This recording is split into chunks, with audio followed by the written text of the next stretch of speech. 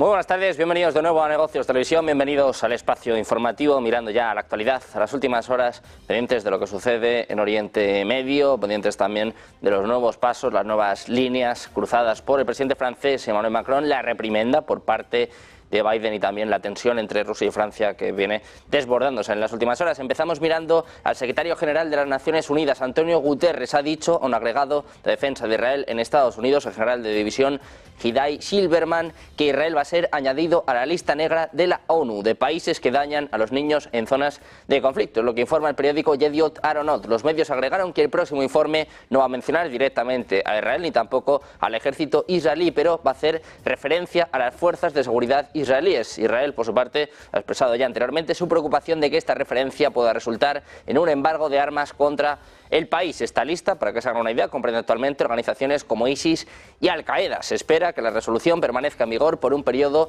de 4 años y se espera la firma legal final la próxima semana. Mientras tanto, en la OTAN, el secretario general Jens Stoltenberg dice que Ucrania tiene el derecho, según el derecho internacional, de atacar objetivos militares legítimos en Rusia para defenderse. Es lo que apunta el propio Stoltenberg en una visita a Suecia, el nuevo miembro de la alianza. Dice literalmente que Ucrania tiene derecho a la autodefensa. Es lo que apuntaba en una conferencia de prensa con el primer ministro sueco Ulf Kristersson en una base militar cerca de Estocolmo. Decía Stoltenberg que el derecho a la autodefensa también incluye el derecho a atacar objetivos militares legítimos en el territorio del atacante, en este caso refiriéndose a Rusia. Antes también de Europa, hablamos de Alemania. Necesita al menos 75.000 tropas adicionales para cumplir sus compromisos con la OTAN, mientras la alianza adapta su planificación de defensa para enfrentar lo que considera una Rusia cada vez más hostil. Es lo que informa este viernes la revista Spiegel. En su cumbre de Vilna el año pasado, los líderes de la OTAN aprobaron los primeros grandes planes de defensa desde el final de la Guerra Fría, detallando cómo respondería la alianza a un ataque ruso. La medida significó un cambio fundamental. La OTAN no había visto la necesidad de elaborar estos planes durante décadas, mientras libraba guerras más pequeñas en Afganistán e Irak y sentía que la Rusia postsoviética ya no representaba una amenaza existencial. Los nuevos requisitos de la OTAN significa que la Bundeswehr va a necesitar 75.000 tropas adicionales para completar los cuerpos, divisiones y brigadas aliados adicionales necesarios para implementar los planes de defensa. Es lo que apuntaba el diario alemán Der Spiegel, citando documentos confidenciales sin aportar más detalles. Mientras tanto, en Rusia, el Kremlin acusa este viernes al presidente francés Emmanuel Macron de alimentar las tensiones en toda Europa, con lo que llamó sus declaraciones altamente provocativas sobre Ucrania. Es lo que informa la agencia estatal de noticias RIA. Peskov dice que Macron había declarado su apoyo absoluto a Kiev y su disposición a la participación directa de Francia en el conflicto de Ucrania. Las declaraciones del presidente francés Emmanuel Macron sobre el ulterior apoyo a Ucrania, dice Rusia, que son provocadoras y que avivan las tensiones en el continente. Es lo que apunta Dmitry Peskov. Dice literalmente: consideramos que estas acciones, dado que Francia es miembro de la OTAN, de la Unión Europea y un Estado europeo grande, son muy provocadoras, alimentan las tensiones en el continente y no conducen a nada positivo. Por su parte, en Ucrania les contamos que en un nuevo ataque al menos 22 personas han resultado heridas en la ciudad de Lugansk, controlada por Rusia desde 2014, en el derrumbe parcial de un edificio tras un ataque de las fuerzas de Kiev, es lo que informan hoy las autoridades locales. Un ataque con armas de Estados Unidos, en concreto con misiles ATAM. Según fuentes sanitarias, entre los heridos hay al menos 2 menores y muchas personas permanecen aún bajo los escombros. El embajador especial ruso para los crímenes del régimen de Kiev, Rodion Mirosnik, ha escrito en Telegram que el ataque contra Lugansk fue efectuado con armamento estadounidense. Según Mirosnik, podría tratarse de hasta 6 misiles ATAMS lanzados hoy sobre Lugansk. En total, en el bombardeo fueron dañados una decena de edificios y tiendas, según está agregando la agencia TASS y según recoge la agencia EFE.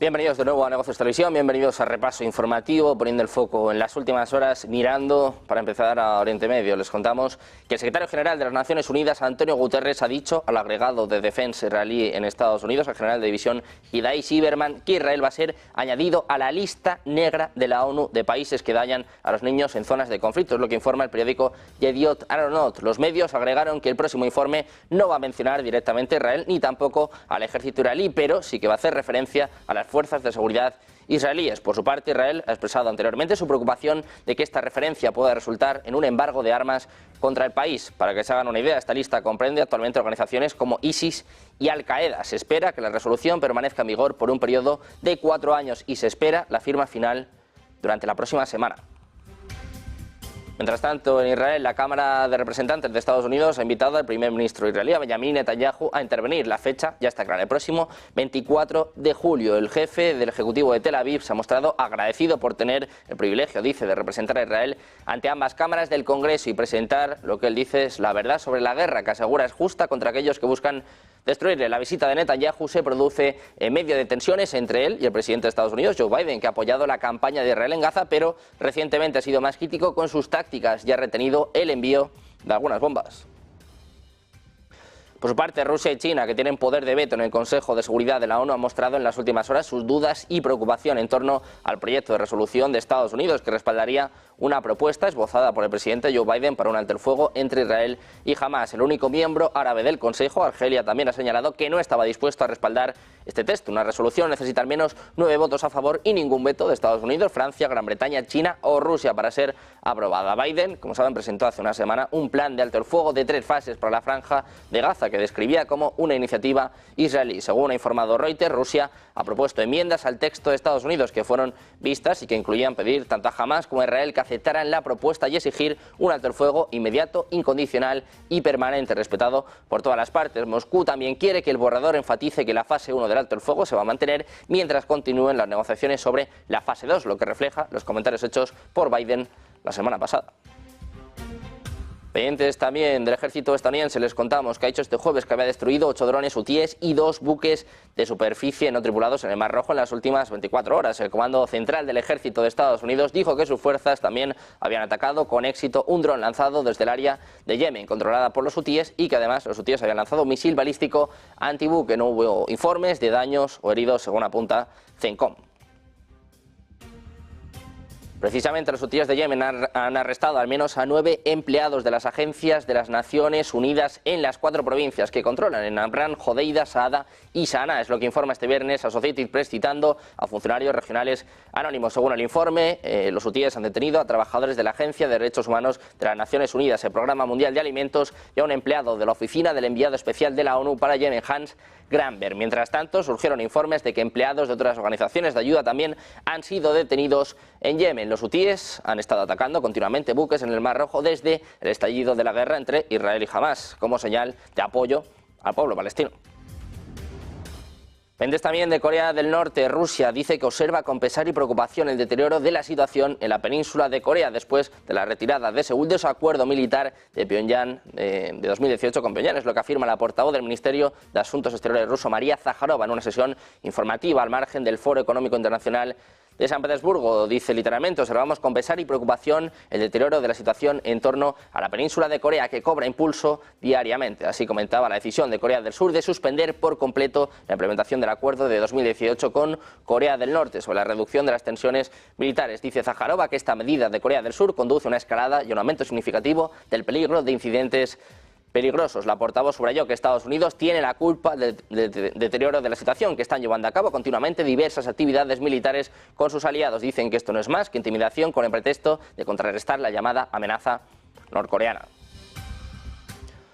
Mientras tanto, miramos al presidente de Estados Unidos. Ha prometido este viernes su apoyo a Ucrania, anunciando otros 225 millones de dólares en ayuda a Kiev, mientras se reunía con el líder ucraniano Volodymyr Zelensky para mantener conversaciones en París. Dice Biden que Estados Unidos va a estar con ustedes, lo que le apuntaba Zelensky después de que ambos asistieran a conversaciones simbólicas del día D en el norte de Francia este jueves. Biden también ha lamentado la demora en obtener nueva ayuda a través del Congreso. Decía Biden: todavía estamos dentro completamente. Según se informa, el paquete contiene municiones para el sistema de cohetes de artillería de alta movilidad, los famosos HIMARS, así como sistemas de mortero y proyectiles de artillería. Biden además se ha disculpado con Zelensky por el atraso de 6 meses en los 61.000 millones de dólares en asistencia militar de Estados Unidos que permitieron a Rusia lograr avances en el campo de batalla.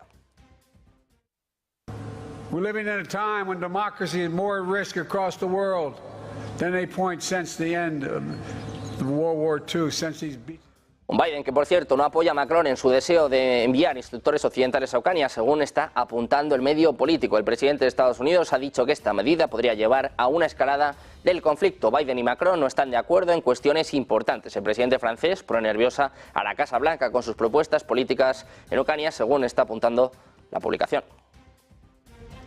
Precisamente Macron dice que va a cerrar un acuerdo para la formación de soldados ucranianos. No descarta hacerlo en suelo de Ucrania. En una entrevista dice que va a formar a soldados en el oeste del país y que no tendría por qué ser una escalada. El presidente francés ha anunciado que su país va a ceder a Ucrania cazas Mirage 2000-5 y formará pilotos y una brigada de 4.000 soldados ucranianos a los que equipará, entrenará y prestará armas. Dice que Francia quiere la paz y que van a luchar por ella, pero que la paz no es la capitulación de Ucrania. Es lo que apuntaba en una entrevista televisada con los canales France 2 y TF1 sobre el envío de instructores franceses a territorio ucraniano, un gesto que Moscú considera una afrenta. El dirigente galo dijo que no hay que tener tabúes sobre este asunto.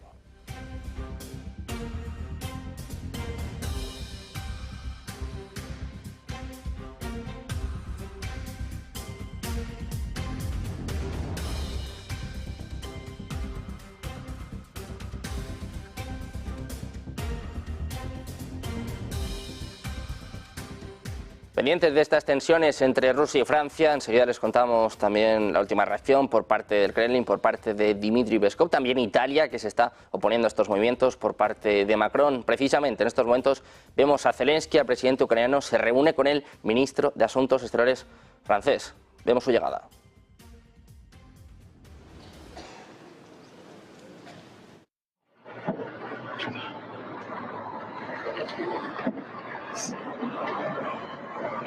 Présentez.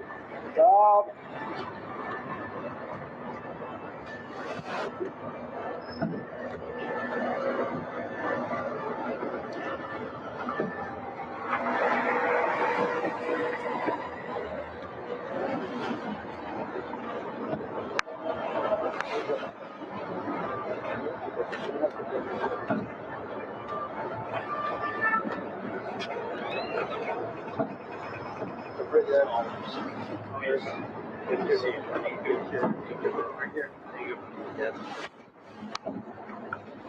Pendientes de la llegada de Zelensky, se esperan también declaraciones en los próximos minutos. Decía, enseguida se lo vamos a contar, que espera ver pronto estos aviones franceses en los cielos ucranianos, mientras Rusia está reaccionando a esta participación directa de Francia en el conflicto. Está acusando al presidente francés, Emmanuel Macron, de alimentar las tensiones en toda Europa, con lo que llamó sus declaraciones altamente provocativas sobre Ucrania. Es lo que informa la agencia estatal de noticias RIA, citando al portavoz del Kremlin, Dmitry Peskov, que dice que Macron había declarado su apoyo absoluto a Kiev y su disposición a la participación directa de Francia en el conflicto de Ucrania. Las declaraciones del presidente francés sobre el ulterior apoyo a Ucrania dice que son provocadoras y que avivan las tensiones en el continente. Es lo que declara el portavoz del Kremlin, Dmitry Peskov. El líder galo anunció que París va a entregar a Kiev aviones de combate Mirage 2000-5 y que está dispuesto a capacitar a 4.500 militares ucranianos. Dice Peskov que consideran que estas acciones, dado que Francia es miembro de la OTAN, de la Unión Europea, un Estado europeo grande, son muy provocadoras y alimentan las tensiones en el continente, aparte de que no conducen a nada positivo.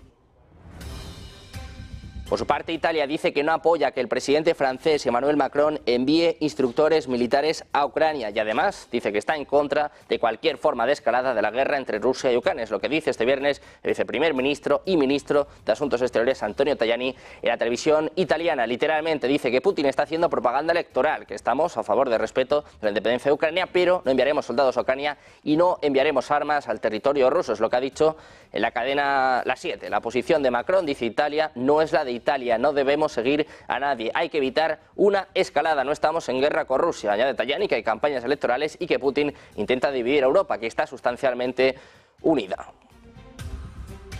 Mientras tanto, Alemania está considerando la compra de 8 cazas F-35 adicionales fabricados por el gigante de la defensa de Estados Unidos, Lockheed Martin, según una fuente militar, informa Reuters este viernes. Esta posible adquisición se sumaría a los 35 cazas que ya ha ordenado. Berlín está evaluando los costes de dicha compra, según apuntaba la fuente, viendo estos aviones furtivos como los cazas más avanzados. En 2022, Alemania decidió ordenar 35 F-35, incluyendo misiles y otras armas, por cerca de 10.000 millones de euros. Los cazas están equipados con sensores avanzados y otros equipos, y Lockheed afirman que es casi imposible rastrearlos con un radar. Alemania, que va a necesitar al menos 75.000 tropas adicionales para cumplir sus compromisos con la OTAN, mientras la alianza adapta su planificación de defensa para enfrentar lo que considera una Rusia cada vez más hostil. Es lo que informa este viernes la revista Spiegel. En su cumbre de Vilna, el año pasado, los líderes de la OTAN aprobaron los primeros grandes planes de defensa desde el final de la Guerra Fría, detallando cómo respondería la alianza a un ataque ruso. La medida significó un cambio fundamental. La OTAN no había visto la necesidad de elaborar tales planes durante décadas, mientras libraba guerras más pequeñas en Afganistán e Irak, y sentía que la Rusia postsoviética ya no representaba una amenaza existencial. La OTAN y los planificadores militares nacionales han estado ocupados traduciendo los planes y requisitos concretos, identificando la escasez de tropas, armas y otros equipos necesarios para defenderse contra un ataque ruso que podría, según los altos mandos del ejército alemán, producirse ya en 2029. Los nuevos requisitos de la OTAN significan que la Bundeswehr necesitará 75.000 tropas adicionales para completar los cuerpos, divisiones y brigadas aliados adicionales necesarios para implementar los planes de defensa, según decía Der Spiegel, citando documentos confidenciales sin dar más detalles. En estos momentos la Bundeswehr tiene unos 180.000 soldados, por debajo del objetivo de unos 200.000 y 80.000 empleados civiles. La OTAN, miramos a su secretario general, Jens Stoltenberg, ha ofrecido en Finlandia el apoyo a largo plazo de la alianza ucrania a su guerra contra Rusia, que será concretado en la cumbre de Washington del próximo mes, aunque rechazó el envío de tropas aliadas a Kiev. Según señalaba en su visita a Finlandia, en la cumbre de la OTAN y en los preparativos de la misma van a debatir cómo garantizar que apoyan a Ucrania durante todo el tiempo que sea necesario. Reiteraba que la alianza no quiere una escalada del conflicto. Escuchamos a Stoltenberg. From the beginning of this war, NATO has defined two very clear tasks. One is to support Ukraine, as we do. The other is to prevent this war from escalating beyond Ukraine to become a full-fledged war between Russia and NATO. And we reconcile those two tasks, which to some extent it's not obvious how to reconcile, by providing massive military support to Ukraine, by providing training, but not by sending troops, combat troops, participating directly in the fighting. And that makes us supporters of Ukraine, but not party to the conflict. This is a war aggression. Ukraine has the right of self-defense that's enshrined in the UN Charter. We have the right to support Ukraine without becoming party to the conflict. Y mientras tanto, en Hungría, el primer ministro húngaro Viktor Orbán vuelve a alertar. Afirma este viernes que Europa y en particular el presidente francés Emmanuel Macron se encuentran en un estado de psicosis de guerra. Dice que el presidente francés ha dicho que los aviones serán entregados, que eso es un hecho, que los rusos digan que a partir de ahora van a proporcionar armas a los enemigos de Estados Unidos en todo el mundo. No es solo un anuncio, dice que es un hecho, que no es propaganda, es lo que afirma Orbán en una entrevista con la emisora pública Kossuth Radio. Además, aseguró que los países de Europa Occidental van a enviar sus tropas al territorio ucraniano. Añade que en el mejor de los casos no irán al frente, pero nadie puede tener dudas de que esto va a terminar sucediendo. Además, el primer ministro advirtió a Occidente que no provoque a Rusia, destacando que no es un país corriente y de tercera categoría y que su industria de defensa y sus recursos de materias primas son los mayores del mundo. Mientras tanto, el gobierno cubano ha confirmado este jueves que un destacamento naval ruso de 3 barcos y un submarino nuclear van a visitar el puerto de La Habana entre el 12 y el 17 de junio. El Ministerio de Exteriores informó en un comunicado de que la visita se corresponde con las históricas relaciones de amistad entre Cuba y la Federación de Rusia y se acoge estrictamente a las regulaciones internacionales suscritas por La Habana. La nota no habla de ejercicios militares frente a informaciones publicadas recientemente que apuntaban de fuentes de Estados Unidos que barcos rusos viajaban hacia el Mar Caribe para participar en unas maniobras y que podían parar en puertos de Cuba y de Venezuela. Mientras tanto, el ministro de Exteriores de Cuba, Bruno Rodríguez, va a visitar Rusia la semana que viene para asistir a una reunión ministerial del grupo BRICS en la ciudad de Nizhny Novgorod y reunirse con su par ruso Sergei Lavrov en Moscú. Es lo que informan este viernes fuentes oficiales del país. Dicen que del 10 al 12 de junio el ministro de Asuntos Exteriores de la República de Cuba va a realizar una visita oficial a Rusia. Es lo que decía hoy en rueda de prensa la portavoz de la Cancillería rusa, María Zaharova. Precisó que primero Rodríguez va a partir a Nizhny Novgorod, a 400 kilómetros al este de Moscú, y de ahí viajará a la capital rusa, donde el 12 de junio va a mantener negociaciones con Lavrov. Ambos diplomáticos van a abordar asuntos relativos a un mayor fortalecimiento de la asociación en el ámbito político, económico, comercial, científico, técnico, cultural, humanitario y otros. Pendientes precisamente de Rusia, conectamos ya con el presidente ruso Vladimir Putin en el Foro Económico de San Petersburgo, hablando de las sanciones occidentales, de la economía rusa. Conectamos ya, escuchamos a Putin.